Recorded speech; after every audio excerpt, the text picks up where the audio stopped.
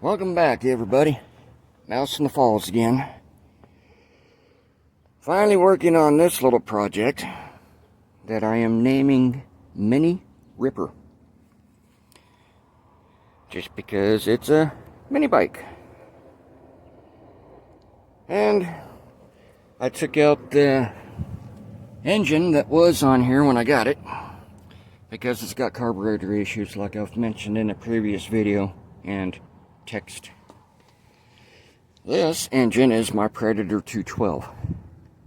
This is a brand new muffler pipe I got off of eBay. Both pieces, had to screw that together. I'll tack weld it here so that don't unscrew from vibrations. But I had to modify this by cutting a chunk out of there and bending it out, because this end was going under the frame and the thickness of the can was hitting the inside of the frame and would have ended up hitting a tire right here.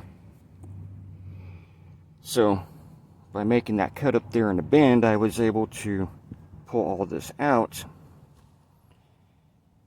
so it clears the frame on the outside, just barely. If I have to make a bracket to hold that, I can. No big deal.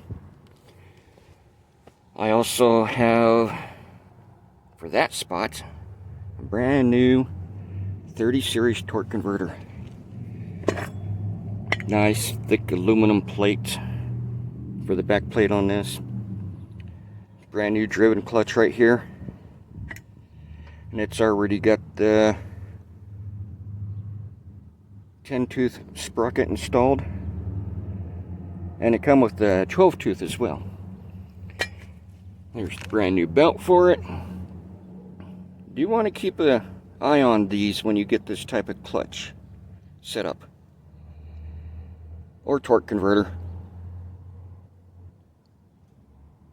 With the 30 series, it's asymmetrical. I think that's what they're calling it. One side of the belt is completely flat, as you can see. And it says that side the engine. The other side's got a bevel on it. A little hard to see, but it's there. That's because when the driven clutch expands, well, no, not expands, contracts, because the clutch shoes are expanding, it squeezes that belt. So you can see how that lines up. And a cover and mounting hardware. Oh, fun stuff. Yeah, now that the weather's decent enough, I can get out here and get this thing going. Extra bolts that come with this in case you need those for your engine. They do recommend, I think it's a metric style thread and fitting for these mount locations. My Predator 212 here has the, what is that, a 3/4 inch shaft. The other engine was like a 1/2 inch or something like that on the shaft, so yeah, that wasn't going to work. But I will reuse that other engine, it just needs a little work. I've already got chain to put on here, which is very convenient, as that dirty bird, Little Ripper, uses the same size chain for now. Eventually, that setup will be gone on that project, as it will have either a 4-cylinder engine from something like a little Ford Courier, Ford Ranger, Geo Metro. Hey, even a 3-cylinder from a Geo Metro would be perfect for that thing, instead of the 22 horse Predator. Back to that project in due time. I'm still pondering how to get things finished up and get the rest of the cab and the front end of that thing made. Kind of hoping people would send along their advice on design ideas for Mini Ripper. Not Mini Ripper, Little Ripper. The mini bike is Mini Ripper. Sorry about that. The chain that did come off of here, I saved the master links that was on it.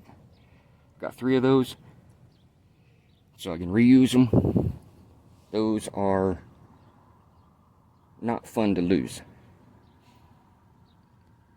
I still got the throttle cable to connect, which is laying right here, which is easy. Just have to route it from the other side. This engine had been sitting in storage for 10 years. The gas that was in it went bad, turned into basically paint thinner. And the stench, oh man. If you've ever had gas go bad on you and do that after a few years, you know what I'm talking about. It don't smell good, but it's still usable for something. Or cleaning things. I put maybe 2 pints of fresh gas in there. Went full choke. Turned the fuel on, just got a little shut-off valve on it. Waited 10 seconds. 1 pull. Fired right up. And I got that engine from Harbor Freight. My Predator 212 is from Harbor Freight as well. That runs about $1,000. Luckily, I caught it when it was on sale for $900. A few years ago. This little Predator engine,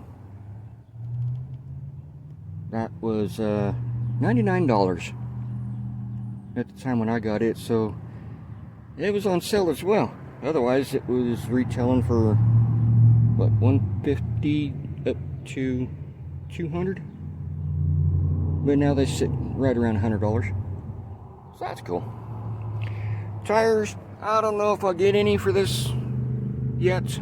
There's still a lot of tread left on these. I might swap them, or I might not. No, I think I'll leave them the way they are.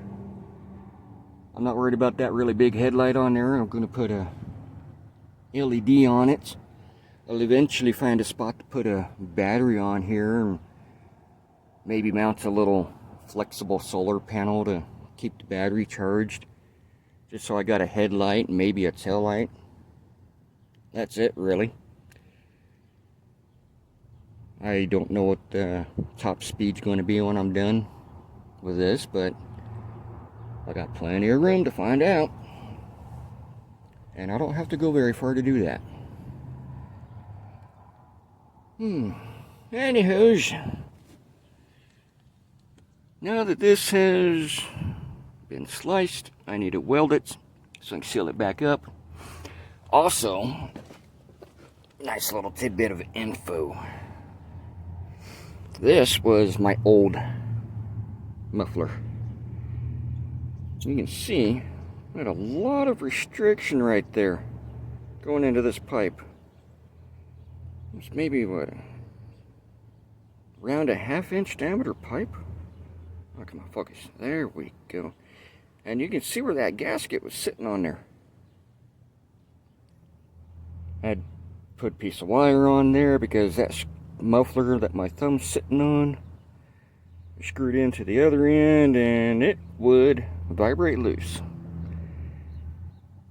This piece of plumbing strap I welded on just to help hold things in place. And yeah, my welding has gotten better since then. A lot better. So, that was the old. I'll use that piece of scrap for something else someday. This pipe, on the other hand, that is like inch and a quarter, somewhere like something like that. But this end here is so much bigger on the inside. It matches the ports off the head nicely. There won't be any restrictions through there except the little muffler can for sound. Other than that, that's gonna breathe nicely. which might take this from 6.5 horse to 7.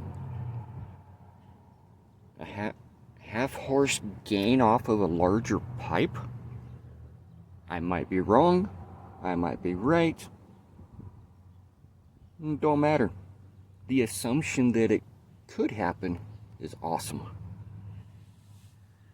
And yeah, with my little engine, little automotive carburetor springs here, I believe. Forget where I got that, but that helps with the throttle return, which is right there. I don't have a set screw for throttle limit,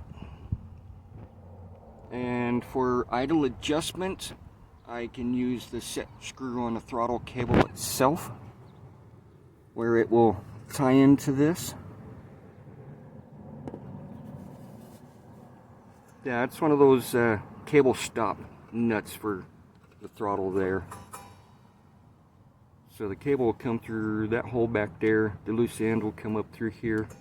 The spring's only looped around this screw. The little hole for the cable is underneath, a little buried. But yeah, that's the extent of this right now. I might put that new cover on the torque converter after things are all said and done. I don't know yet. I might leave it open. This piece of centrifugal clutch that come with the mini bike, I can still reuse with the engine it was bolted to. This little tensioner, I'll have to play with it and maybe redo the spring on there so it's a little more snug. Not sure yet. I do have a project that it can be used for. I've also the replacement centrifugal clutch, which would come through where the engine shaft goes, and then that runs off of there to the jack shaft here. Got another sprocket on the back side that would go to whatever's being driven.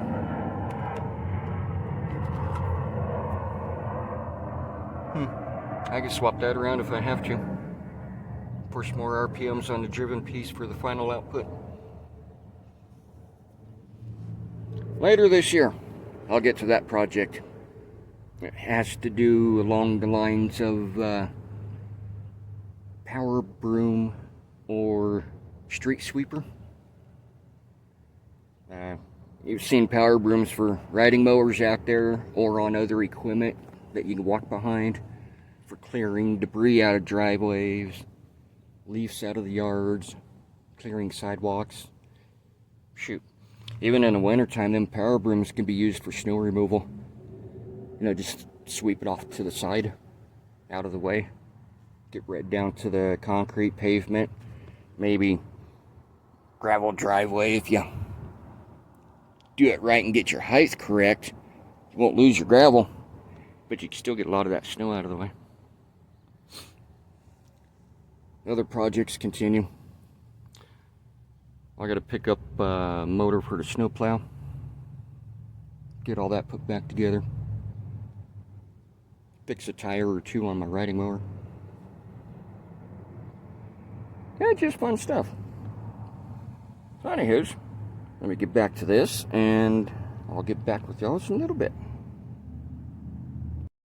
Alrighty, here we are again. Just a slight change in design idea.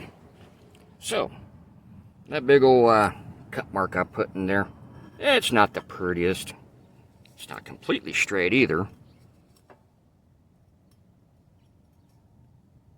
Which is not a big deal to me because I can just put some exhaust wrap on here. Change that from this chrome color, which is not my style. I could put a blue exhaust wrap, brown, black. If I get on eBay, I might be able to find some other colors. Maybe a yellow exhaust wrap, I don't know, green. I might just go black because the rest of the bike is black. I'm not the flashy type, obviously. Oh, sorry. My sarcasm can be a little blunt and mean. But the little design idea that I changed was right here where the muffler can threads in. I decided instead of tack welding those threads, I'll just put a little piece of metal on there between the two, so that way if I have to replace this muffler can or the pipe, I can still separate it. I just simply cut that little tab right there, unscrew it, and it's done. Yeah, gotta think ahead sometimes on the potential replacement of parts, especially exhaust components. Now, as I was saying about this being a lot bigger on the inlet, look at that. When I purchased this, it was already welded on the inside like that. I don't know if a machine did it, but if a human being did that, holy smokes, it's a beautiful job. That consistent, that might have been a machine. But damn, that's pretty. And seeing how big that is, plus looking at the exhaust port,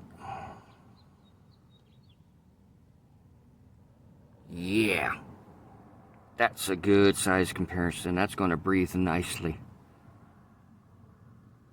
Alright, back to the rest of this project. See how much more I can get done before the sun goes down. Beautiful temps out here right now. I think it's close to 70, maybe 65 degrees Fahrenheit for us USers, and I forget what the conversion is for Celsius. But I think that would be, what, 20s or 30s Celsius? I don't know. I'm not gonna contend with that information right now. Just know it is awfully comfortable out here. Alrighty, back to the install. I'll be back in a few. Okay, everybody. Obviously, sometime later on the same day, I finally have progress. Exhaust pipe, a little messed up, but it is bolted on, looking good. I've already messed with the engine, had it running. It's a lot quieter than it used to be with the other pipe that was on there. I mean, it sounds good. Might even see about getting some high temp spray paint and put that on the pipe instead of wrap. Don't know yet. We'll see how hot this gets when I'm riding. And look at this. Here we go. I still have room. Woohoo! Yeah, there we are. Yeah, it's not hitting the frame. Now, the really hard part was figuring out that I needed height to get this torque converter in here.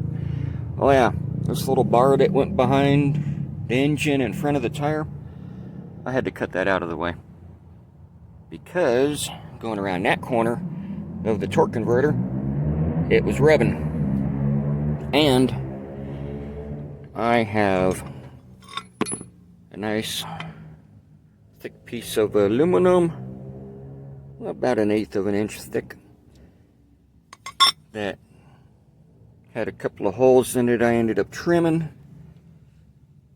and that went underneath.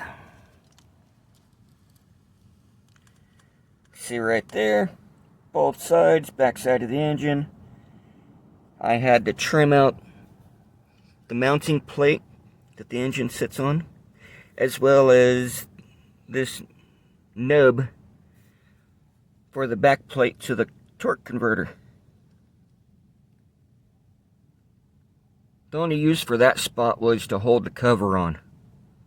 Had a little mounting tab in there for a bolt to go through. No big deal. Now, I have to make 2 more spacers for the front, so I can balance that out.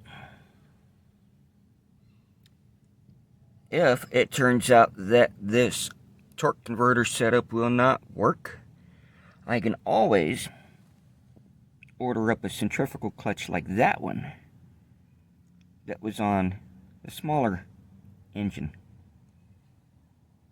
Oh, hey, just a little advice when you get these aluminum parts. This was what I originally started with. So you can see the corrosion on there where this thing would sit on there. Aluminum does that over the years. Just the environment, the nature of it. Yeah, there's coatings that can help it not do that, but I'm not worried about that. And this was not from me modifying those fins for strength. Otherwise it would have cracked closer to them. When you got too much vibration, this is what a 6.5 horse engine can do to a piece of aluminum. Now mind you, this plate originally on my Predator 212 was there. Before that little transmission went in, before the 22 horsepower motor there, yeah, Little Ripper would get around town at a maximum of 25 miles an hour. We have one hill heading out of town going westward towards our airport. I could actually go down that hill with this engine and find that sweet spot in the throttle. Any more, it'd bog out. Any less, do the same thing. And Little Ripper would top out at 30 miles an hour going down that hill with a golf cart rear end that is geared 12 revolutions input to 1 revolution of the tires on the output. Yeah, a little extreme. But I had this set up on there so it was maximum speed, maximum torque. If I went any other way, a tooth more here, tooth more there, then it was either too much speed or too much torque, not enough speed.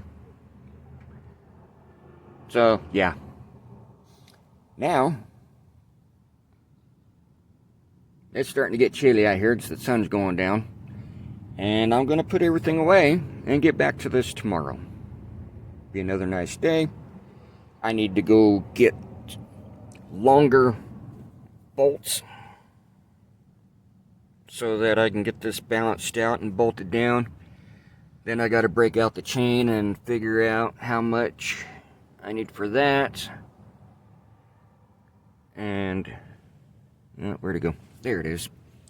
That's 30 series that I got off eBay. I think it was like $67 or $80. Somewhere in there. I forget how much. Depends what you're after and how well your shopping skills are. For me, how much can I get for the lowest price possible? You know, that's just the way I shop. But this bracket, let's see, we got 1, 2, 3, 4, 5, 6, 7, 8, 9, 10, 11, 12 teeth on this one. Excuse my neighbors.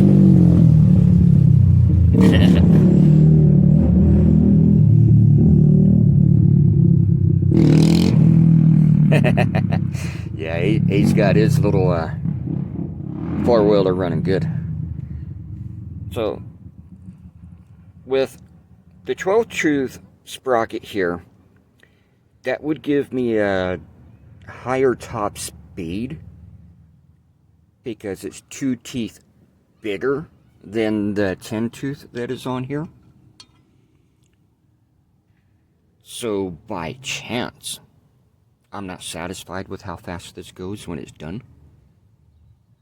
All I got to do is pull that bolt out of there, take the drive clutch off, undo this bolt for the driven clutch, take it off, and this other sprocket sits behind here, way behind there, and swap them out. It's that simple. If I have to replace the belt, the same thing. That nut could stay on there. I just take the drive clutch off, take the belts off, and this is the other reason I needed spacers. Look at how close that is on the bottom. I mean, right now it looks way too close, but it hasn't been running yet, so yeah. That was my other issue, because this actually lines up pretty darn straight with the frame. Let's see here. There's a standard wrench, 6-inch. I think I got that in the pawn shop, but look at that. Really? Man, you talk about close. I will never have a problem with a belt slipping off right there. And if it does, it'll probably rip it in half. I don't know. But that's okay. I cannot index that back plate any further than what I have now, because the frame is in the way and I have no room going up front, and I'm not going to run it up top because then it gets in the way of the pipe and the chain going back to the tire. That would hit the pipe right here, so that's not going to work. Absolutely no way to bring the engine further out this way, because you got footrest, and you don't want the clutch grabbing at your pants and trying to rip your foot off. So knowing what I have now, and I say I've made really good progress for, what, 4 hours of work, just taking my time, tinker with it, adjust this, adjust that, change out from a cutting wheel on a grinder to a grinding wheel to clean that up and make room right here where my finger is. Both pieces are really close right there. So that'll help with alignment for the chain to the rear, but it'll also help stop the engine from going too far sideways that way, even after it's bolted in, which is fine by me.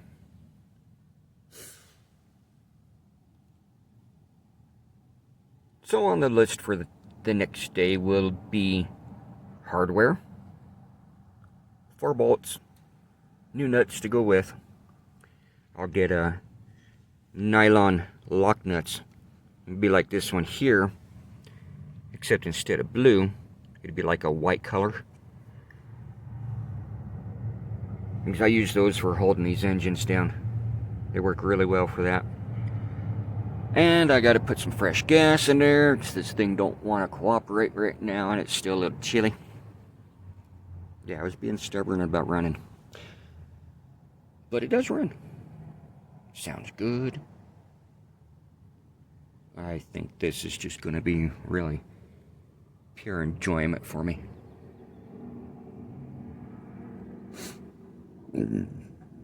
And as far as the Trek bicycle there in the background, It needs a tire on the rear. That one's all dry rotted. I'm surprised it's still holding air pressure. Oh wait, no I'm not. There's an inner tube in it. Silly me. I might sell that bike. I don't know yet. It's 21 speed, known as a hard tail, because there's no suspension on the rear, just shocks up front. I got disc brakes on both tires of it. Those are hydraulic disc brakes. It's a very nice bike. Rides really good. Shifters could be replaced. They tend to not work exactly like they should when it's freezing out. Yeah, I've done that a few times. Not fun.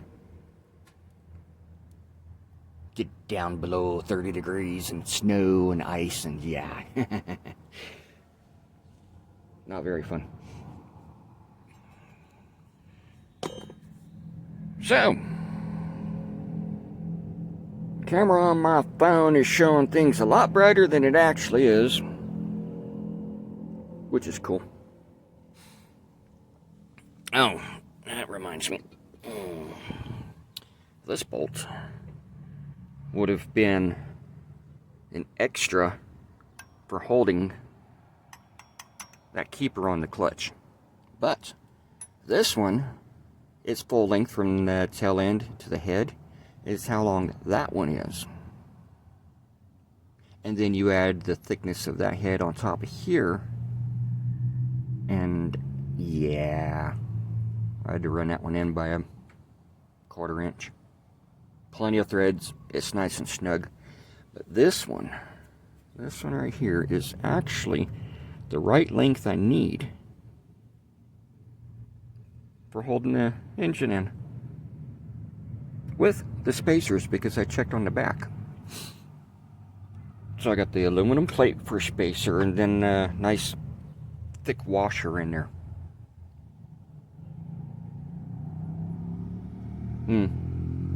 That reminds me, I should probably take a washer with, so I can get 2 more for the front. There goes my neighbor on his little mini bike with his kid. I'm thinking about starting a mini bike group on Facebook. I don't know yet. If any of y'all's here in Great Falls, Montana, would like to see a group of that sort fired up on Facebook, let me know in the comments. Well, maybe all of us can get on our mini bikes, get together, just have fun, BS, hang out, legally, put around town, you know, just have fun. Look at this guy. That looks like a little P50 pit bike. That is so cool. I love it. That's what I've been talking about in all my videos when I suggest people just get out there and have fun. That's exactly what that guy's doing. I haven't met him yet, but that is exactly what I ask people to do. Just get out there, go for it. Have fun, enjoy your time. It's like I've said before, tomorrow is never guaranteed.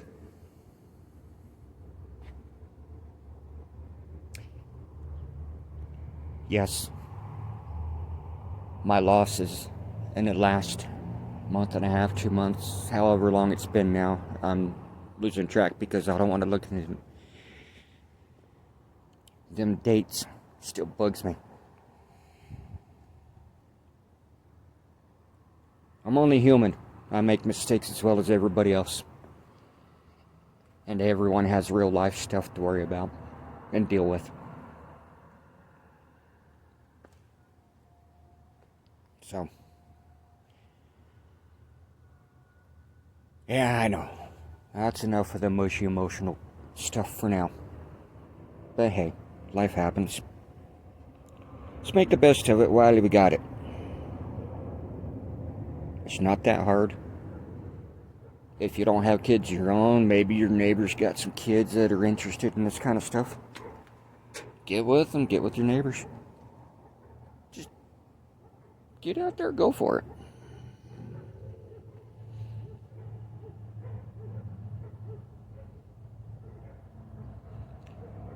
So until the next video, tomorrow, yeah, enjoy, and I'm not sure when my next video will be out after this little thing's going.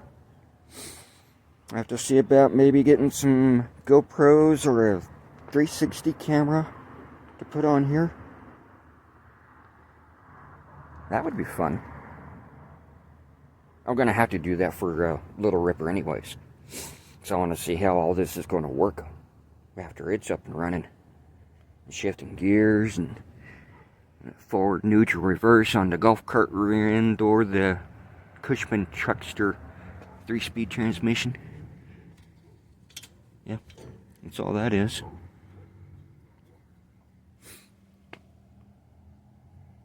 Fun time's coming, and I got the rest of this year to get it all done. So, hopefully, yeah. Well, here he comes again. Watch this. Oh, there he goes, there he goes. Awesome. Totally awesome. Enjoy, everyone. I'll catch you on the next one when I go to get this finished up and on the move, and then I'll see what I can do about recording my first run with this thing. Don't know if it'll work, but we're going to find out. So, catch you later.